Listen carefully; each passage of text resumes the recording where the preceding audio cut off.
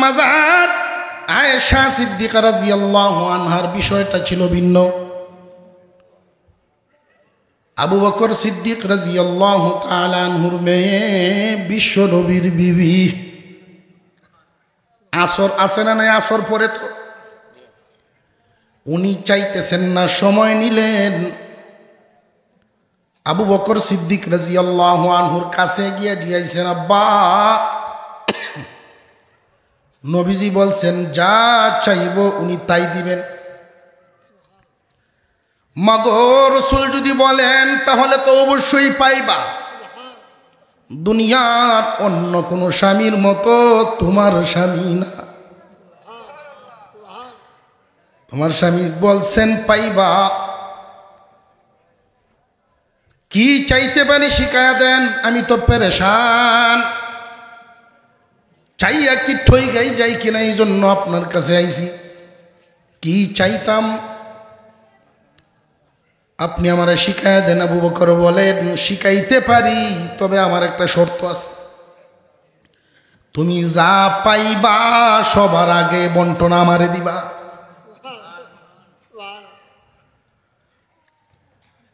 ঠিক আছে আব্বা, আপনারে দিব। মাগো রসুলকে গিয়া বলবা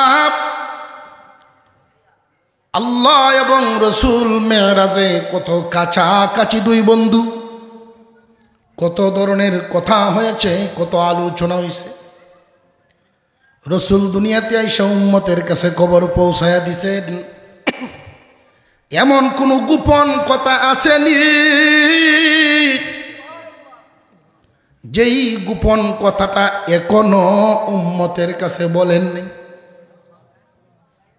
যদি গোপন কথা থাইকা থাকে ওইটাই আমারে আপনি জানায় দেন। আবু বকর সিদ্দিক রাদিয়াল্লাহু তাআলা আনহু যখন শুনলেন, আয়েশাকে শিখাইলেন, আম্মা জান আয়েশা রসুলকে জানাইলেন। আল্লাহর রসুল বলেন বুঝতে পারছি এটা তোমার না, আবু বকরের শিক্ষা দাও।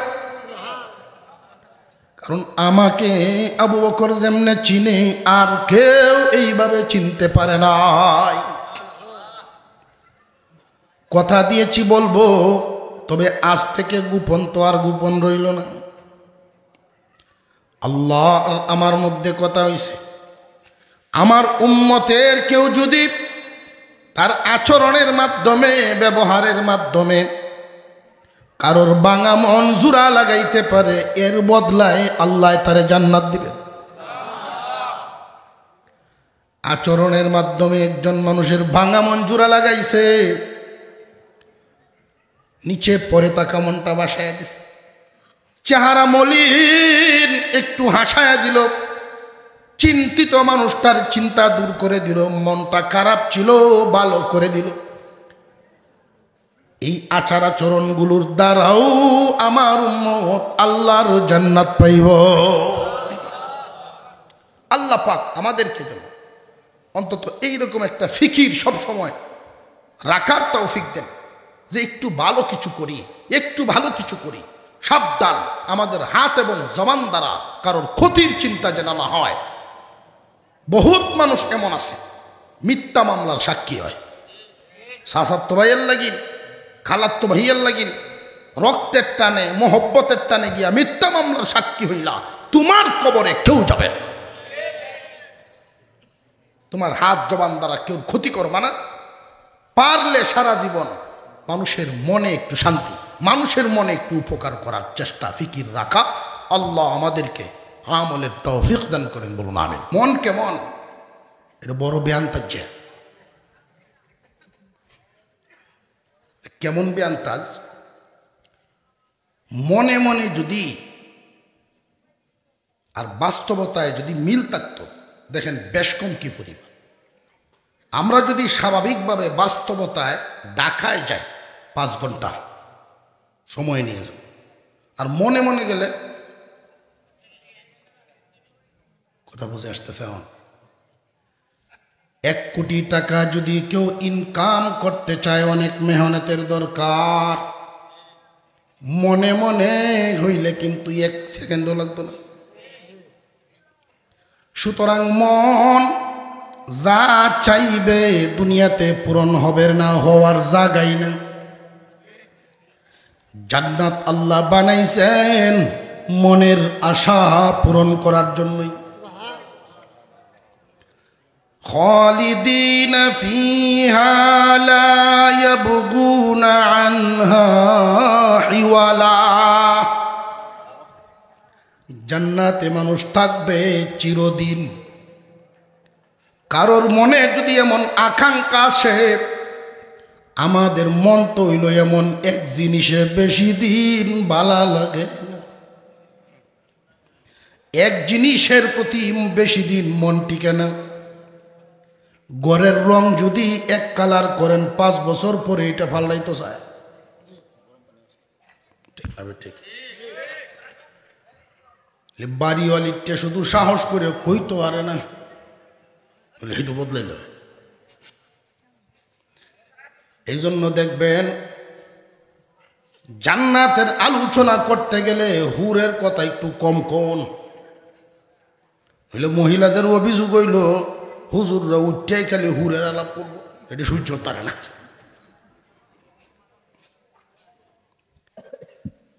আল্লাহ পাক রব্বুল আলামিন জান্নাত যে সাজাইছেন, আল্লাহ বলেন তোমার মন টিকবে না এমন করে আমি জান্নাত সাজাই নাই। জান্নাতকে আমি বানাইছি এমন ভাবে তোমার মন থাকতে পারবে যেভাবে। জান্নাত বানাইছি কেমন, তোমার মনের মতন। তোমার মন কোনোদিন বের হইতে চাইবে না। আমি বানাইছি এমন, কোনোদিন সেখান থেকে যাইতে চাইবে না। তো আমরা যদি লম্বা হায়াত দুনিয়াতে পাই, আমার যে কয়েক মিনিট কথা বলার একটা ইচ্ছা, একটা বিষয়,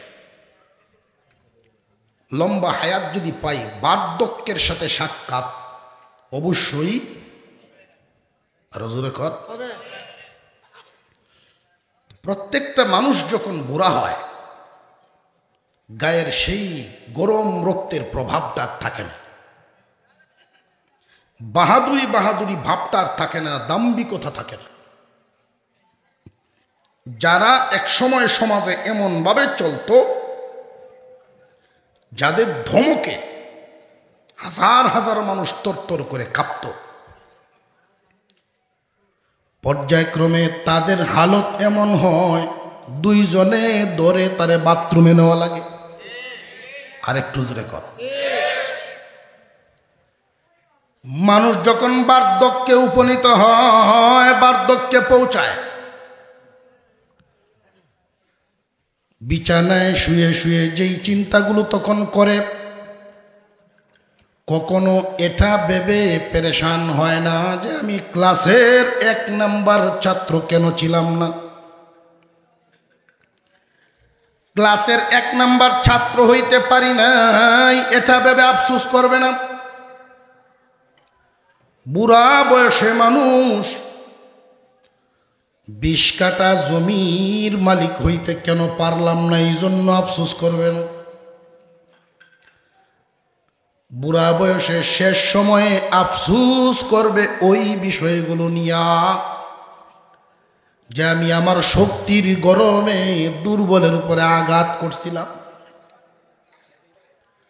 যদি এই আঘাতটা আমি না করতাম, যদি সেই অন্যায় না করতাম, মানুষের অন্তরে যদি জীবনে আঘাত না দিতাম, তাহলে এই মানুষগুলো আমার জন্য বদদুয়া করতো না। অন্তত মরার শেষ হালতটা ভালোভাবে কাটাইতাম। এই আফসোসগুলো মানুষ করবে শেষে। এই জন্য নবীজি হাদিসের মধ্যে বলেন, আমার উম্মত তোমার হাত এবং জবান দ্বারা কোনো মানুষের ক্ষতি করবে না। যার হাত এবং জবান থেকে অন্যরা সব নিরাপদ, হুয়াল মুসলিম, সেই মুসলমান যার হাত এবং জবান দিয়া আরেকজন ক্ষতিগ্রস্ত হয় না। বহুত মানুষ এমন আগের কাতারের মুসল্লি, মসজিদ থেকে বের হইলে মানুষের হক নষ্ট করে।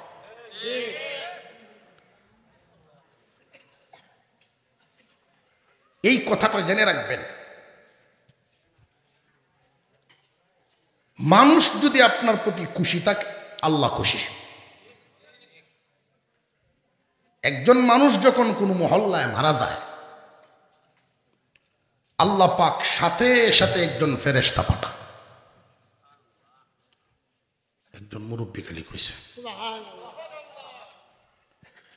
সাথে সাথে এই ফেরেশতা এসে যেই মহল্লায় সে বসবাস করত মানুষের মুখের কথাগুলো শুনে একটা ডায়েরিতে লিখতে থাকে,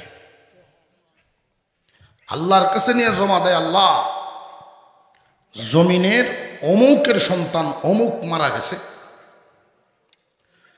সে যে এলাকায় বসবাস করে গেছে তার প্রতিবেশীরা বেশিরভাগ তার প্রতি খুশি, সন্তুষ্ট। মৃত্যুর সংবাদ পায়া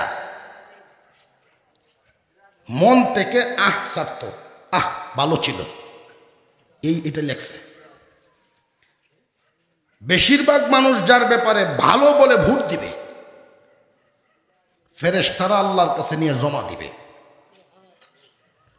আল্লাহ পাক তখনই বলেন, শোনো, মানুষের কিছু গুনাহ থাকে গোপন। স্বামীর গুনাহ স্ত্রীয়ে জানে না, স্ত্রীর গুনাহ স্বামীয়ে জানে না। যদি জানাজানি হইতো সংসার ভেঙে যেত। সাত্তার নামক চাদর দিয়ে উনি ডাইকা রাখেন। আল্লাহ তখনই ঘোষণা দেন, সমাজের মানুষ যারে ভালো বলছে এদের সামনে হাসরের মাঠে আমি তারে খারাপ কইয়া কেমনে ডাক দিব? তার আচরণের মাধ্যমে মানুষকে খুশি করছে, আমি আল্লাহ খুশি হইয়া তার গোপন গুনাহ গোপনেই মাফ করে দিলাম। এই হাদিস থেকেই বলা হয় লোকেরা যদি তারে ভালো বলে আল্লাহ তারে মাফ করে দেন। এই জন্য অনেক জানাজাত দেখছি লাশ সামনে থইয়া জিগায় লোকটা কেমন ছিল, জিগায় দেখছি আম্বো এক মাফি এরকম জানাজাত হাজির, তো আমার সাথে লাই খুব ভালো আছেন, খুব ভালো আছি। আমি জিজ্ঞাসি, ভাই উনি কিতা করতো? কয় আমি চিনি না। চিনিও না, খুব ভালো আছেন। তো এরকম লোকরা আপনি ভালো মন্দ ভোট দিলেন কেমনে? কয় মরছে, এখন খারাপ কেমনে? কয়ে জানাজার সামনে যদি সুরের লাশও তাহে কেউ খারাপ করব? এই জন্য এই ভোট চাওয়াও যায় না, এইখানের ভোট গ্রহণযোগ্য না। গ্রহণযোগ্য হবে সমাজের। ফেরেশতা ঘুরবে, দুইজন তিনজন বসা, মৃত্যুর সংবাদ পেয়েই যখন বলবে ভালো ছিল, ওইটা গ্রহণযোগ্য এবং ওইটা আসে মন থেকে। আম্মা যারা আয়েশা সিদ্দিকা রাদিয়াল্লাহু আনহা নবীজির কাছে বসা, শেষ ঘটনা। আল্লাহর পয়গম্বর বলেন, আয়েশা তুমি আজকে যা চাইবা আমি তোমারে তাই দিব। আম্মা যারা আয়েশা সিদ্দিকা রাদিয়াল্লাহু আনহা পেরেশান হয়ে গেছেন, কি চাইবেন নাকি ঠকেই যাইবে, কোনটা চায় কি ঠইকা যায় কিনা। আজকে আমরা এখানে যারা আছি এলাকার মুরব্বীরা বাড়ি গিয়া যদি বিবি সাবরারে বলেন আজকে যা চাও দিলাইমু, কইব বহুদিন পরে সবার তোকে তাসির হয়ে আইছে। তবে তারা যে চাইব দুখান জমিন দুনিয়াদারি,